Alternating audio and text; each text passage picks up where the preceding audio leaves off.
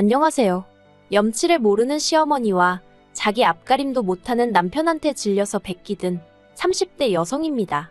어머님께서는 저더러 속도 좁고 이기적이다 하셨지만 세상 사람 100명에게 물어보세요. 사람들이 누구에게 손가락질을 할지.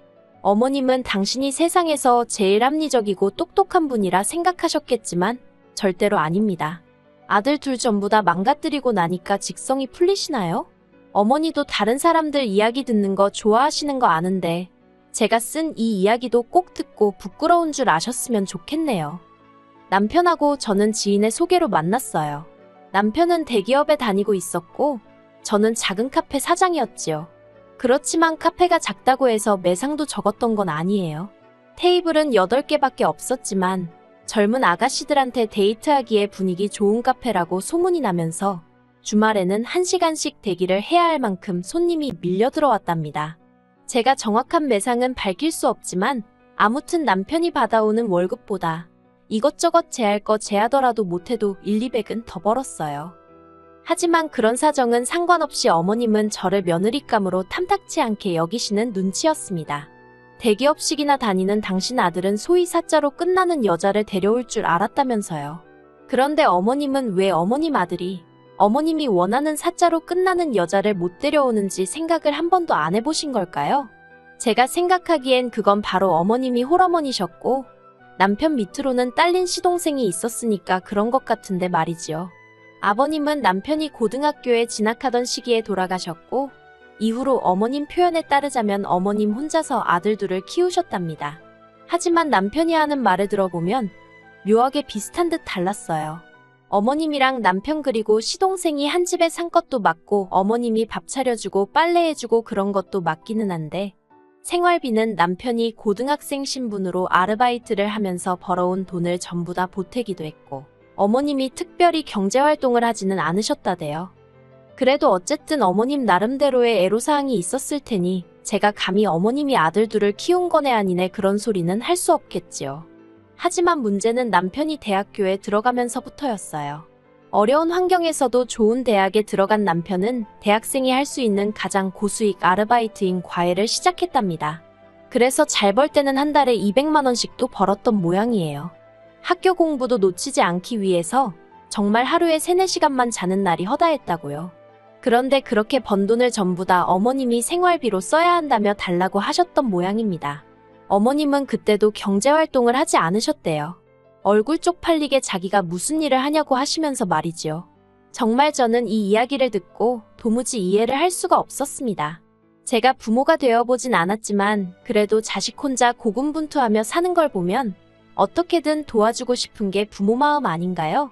제가 저희 친정에서 받은 사랑은 그런 사랑이었으니까요.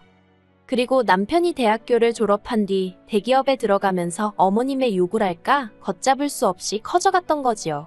남들은 아들이 대기업에 들어가면 명품백을 사준다더라 어쩐다더라. 그리고 마음 여린 남편은 그런 어머님을 모른 채 하지 못했던 거예요. 그나마 밑으로 하나 있는 4살 어린 시동생은 정신 못 차리고 사니까 더욱이 자기 어머니가 불쌍해 보였다면서요. 아무튼 그렇게 다 퍼주고 뺏기고 뜯기고 하는 와중에 저를 만났고 저는 남편더러 당신 밥그릇은 당신이 챙겨야지 아무도 안 챙겨준다. 그런 이야기를 몇 번이고 했었답니다. 아무튼 그렇게 저희는 1년을 만났고 남편이 먼저 프로포즈를 해왔어요. 솔직히 시댁 사정을 다 아는 상황에서 남편의 프로포즈를 한 번에 받아들이기는 어렵더라고요. 그래서 남편에게 생각할 시간을 달라고 했습니다. 솔직히 친정부모님도 반대하실 게 불보듯 뻔했고 그러면 그 반대를 어떻게 이겨내야 하나 생각하니 뾰족한 수도 떠오르지 않았거든요. 하지만 며칠 밤을 고민해봐도 저는 남편을 사랑하고 있었고 당시 저는 어머님이나 시동생에게 이미 반감이 컸던지라 남편을 그 사람들로부터 보호해주고 싶다는 오지랖 넓은 생각을 했던 거지요. 그래서 남편에게 우리 부모님이 반대를 하더라도 서운한 마음은 갖지 말라고 미리 이야기를 하고 친정부모님께 결혼할 사람이라며 남편을 인사시켰네요. 그런데 뜻밖에도 친정부모님은 반대는커녕 남편을 진심으로 환영해 주셨습니다.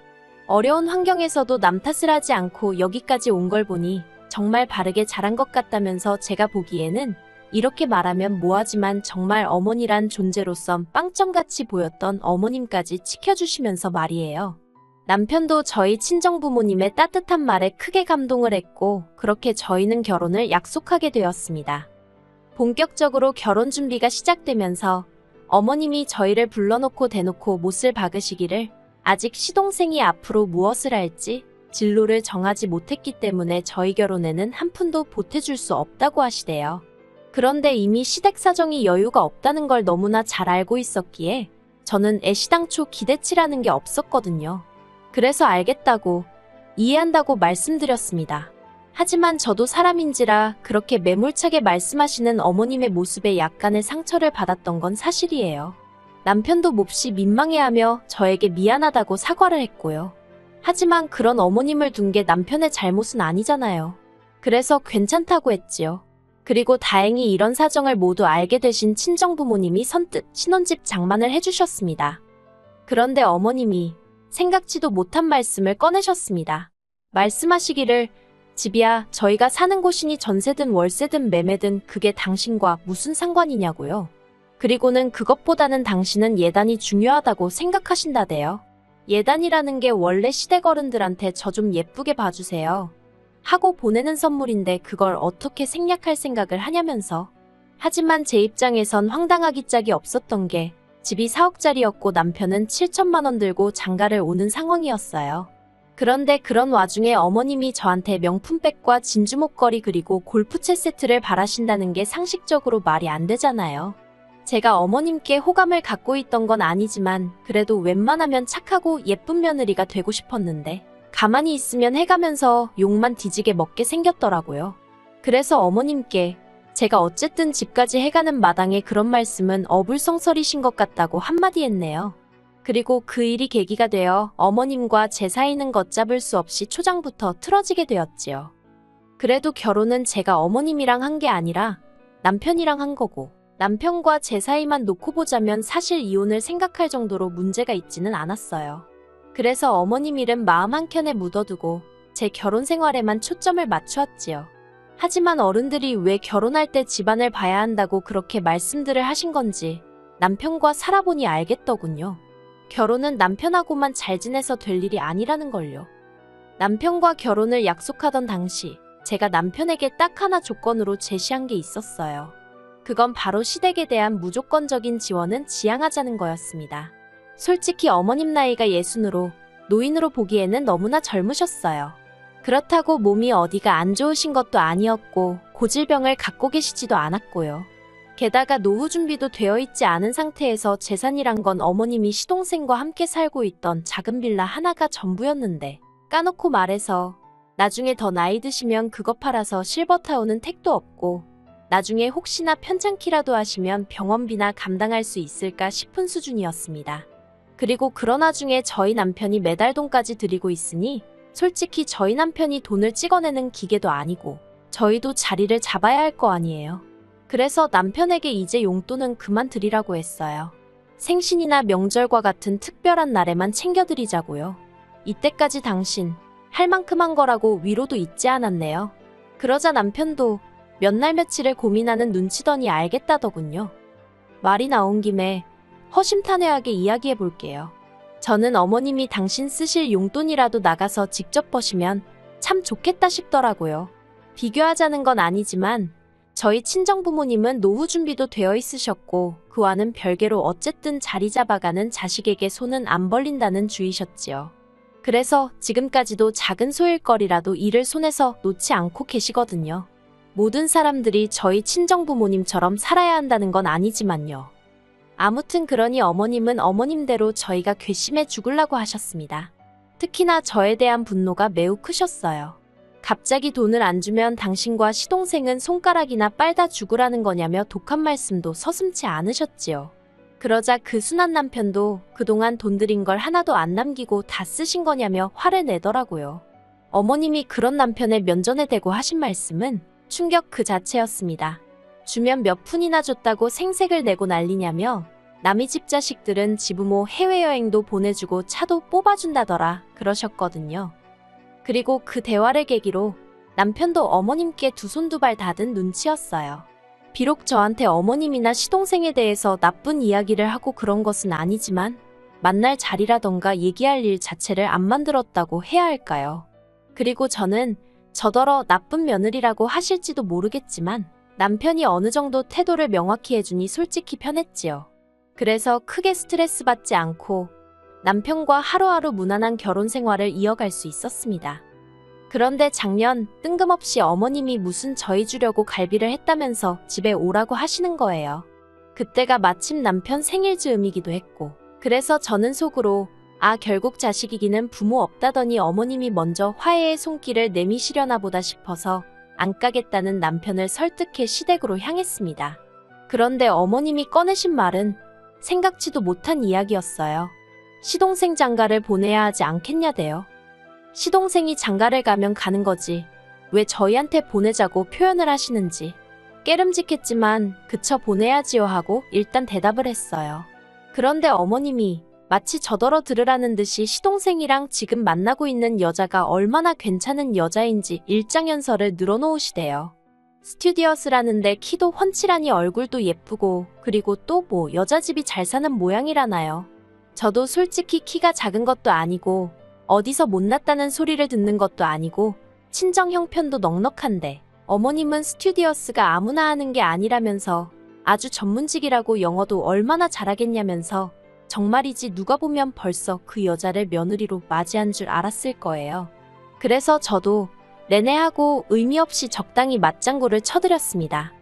그러다 문득 시동생이 무슨 재주로 그런 괜찮은 여자를 만났나 싶은 거예요. 시동생은 대학도 다니다 말았고 이후로 사업한답시고 여기저기 껄떡거리고 다니다가 이도저도 못해보고 지금은 아는 형이라는 사람 술집에서 일을 돕고 있었거든요. 그래서 어머님께 그 아가씨가 시동생 직업은 아냐고 저도 모르게 그만 단도직입적으로 물었습니다. 그랬더니 어머님 얼굴빛이 어두워지면서 그래서 저희를 부른 거라는 알 수 없는 이야기를 시작하시대요. 알고 보니까 시동생이 제 카페를 자기가 운영한다고 그러고 저희 집을 자기 집이라고 둘러댔다는 거지요. 듣는데 어찌나 어이가 없던지 웃음이 다 나오더군요. 어떡하려고 그런 소리를 했대요. 미치겠다 그랬습니다. 그러자 어머님이 그러니 니들이 도와줘야겠다면서 당장 다음 주에라도 집을 바꾸재요. 순간 저는 제 귀를 의심했습니다. 집을 바꾸자는 게 무슨 말씀을 하시는 거예요? 이참에 집을 바꿔서 살자고. 작은애는 너랑 다르게 나랑 합가할 생각도 하고 있는 모양이더라. 너는 어차피 나랑 살기 싫잖니? 그러니 네가 사는 집은 작은애한테 양보해라. 어머님 이 집 제가 해왔거든요? 네가 해왔어도 내 아들이랑 살려고 해온 집이니까 이제 그런 거 따지는 게 무슨 의미가 있냐? 말도 안 되는 어머님의 억지에 순간 할 말을 잃었어요. 하지만 얼른 정신을 차리고 어머님한테 안 된다고 했지요. 어머님이 이유가 뭐냐시길래 이유가 왜 필요하냐고 제 집이니까 제가 싫으면 그만인 거죠. 하고 탁 쏘아붙였습니다. 그런데 매번 제 편을 들던 남편이 갑자기 저한테 얘기 좀 하자며 저를 작은 방으로 끌고 가는 거예요. 설마 싶었지만 남편한테 왜 그러냐 물었습니다. 그랬더니 남편이 저랑 결혼한 이후로 늘 제 비위를 거스르지 않기 위해 어머님과 시동생에게 잘해주고 싶은 마음이 있었지만 모른 척하느라 너무 괴로웠다대요. 그런데 이번만큼은 제가 자기한테 맞춰주면 좋겠답니다. 시동생도 자기처럼 좋은 여자 만나서 행복한 가정을 꾸리고 살았으면 좋겠다며 형으로서 이번만큼은 형 노릇 좀 하게 도와달라나요? 여러 가지로 어이가 없었어요. 남편이 정신 차리고 말 그대로 자기 밥그릇은 챙기는 사람이 되었다 싶었는데 아직도 등신호구에 불과하다는 사실이 어이가 없고 구제불능이다 싶었으니까요. 제가 남편더러 진심이냐니까 자기가 이렇게 부탁한다며 제 앞에서 무릎까지 꿇는데 안쓰럽고 측은한 게 아니라 미쳤구나 싶대요. 제가 남편더러 일어나라고 그러고는 미안하지만 안 된다 했습니다. 당신이 끝까지 어머님과 시동생한테 당하고 살겠다면 어쩔 수 없는 일 아니겠냐고. 하지만 나까지 그런 똥구렁텅이에 끌고 들어가진 말라고 했어요.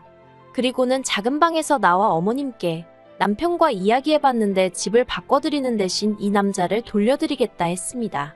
벗겨드시던 삶아드시던 어머님 입맛대로 해드시라고 저는 이제 손 떼겠다고요. 그리고 소름 끼치는 게 며느리가 그런 소리를 하면 너 지금 무슨 소리를 하는 거냐며 화라도 내시고 황당해라도 하셔야 하는 거 아닌가요? 그런데 어머님은 저더러 생각 잘했답니다. 저 때문에 당신 착한 아들이 얼마나 마음고생했을지 생각하면 당신 가슴이 찢어진다나 어쩐다나. 그리고 저를 더 좌절케 한 건 그런 상황에서조차 정신 못 차리고 한숨만 연신 내쉬던 남편의 모습이었어요. 대기업 다니고 돈 잘 번다고 능력이 있는 게 아니구나. 저렇게 자기 앞가림도 못하는 사람이 밥벌이를 하고 사는 게 오히려 신기하다 별 생각이 다 들었네요. 그렇게 남편과 헤어지기로 결정하고선 그간 남편 앞으로 제가 대신 모아줬던 남편의 월급들 싹 정리해서 남편 계좌로 보냈습니다. 결혼 생활을 유지한 기간에 비해 남편도 아마 놀랐을 거예요. 알뜰살뜰 모았더니 그 액수가 상당했으니까요. 그 돈은 남편 몫으로 모으다가 나중에 남편이 꼭 갖고 싶어 하는 게 있으면 그때 주려고 했던 돈이라 솔직히 아깝고 그런 건 없었어요. 다만 그동안 같이 살던 정 때문인지 바보마냥 어머님한테 주머니 털리지 않고 지켰으면 좋겠다는 생각은 했네요. 하지만 완벽히 남남이 되고 얼마 지나지 않았을 때 술 취한 남편이 연락을 해왔습니다. 허탈하게 웃으면서 저더러 자기 개털됐다고 하는 거예요. 무슨 말이냐니까 시동생이 만나던 여자가 모든 사실을 알아차렸던 모양입니다. 그러자 마음이 급해진 시동생이 지영 그러니까 남편한테 돈 좀 해달라고 한 거지요. 어떻게든 돌아선 여자 마음 좀 잡아보겠다고 지형한테 빌린 그 피 같은 돈으로 명품을 사다 바쳤답니다. 원래도 한심한 인간인 건 알았지만 정말 어이없지요? 그리고 그 여자는 선물은 선물대로 다 받아 챙기고 그러고도 결국 시동생을 찾나 봐요. 그리고 얼마 후 남편은 다니던 회사도 때려치고 집에 틀어박혀 술만 먹고 말 그대로 폐인이 되었다는 소식을 예전에 저와 남편의 만남을 주선했던 사람으로부터 듣게 되었습니다. 그래도 한때는 정말 세상 모든 것과도 바꿀 수 없다고 믿으며 사랑했던 사람이라 그런지 그 소식을 듣는데 고소하고 잘됐다는 마음보다는 불쌍하단 생각만 들더라고요. 하지만 남편에 대한 이런 마음도 오늘로 끝낼 생각입니다. 이제 그 사람과 저는 가는 길도 다르고 모든 것이 달라져 버렸으니까요. 저는 제 인생의 성공과 행복만을 위해서 달릴 작정이에요. 더 이상 누군가의 삶에 관여하고 싶지도 않네요.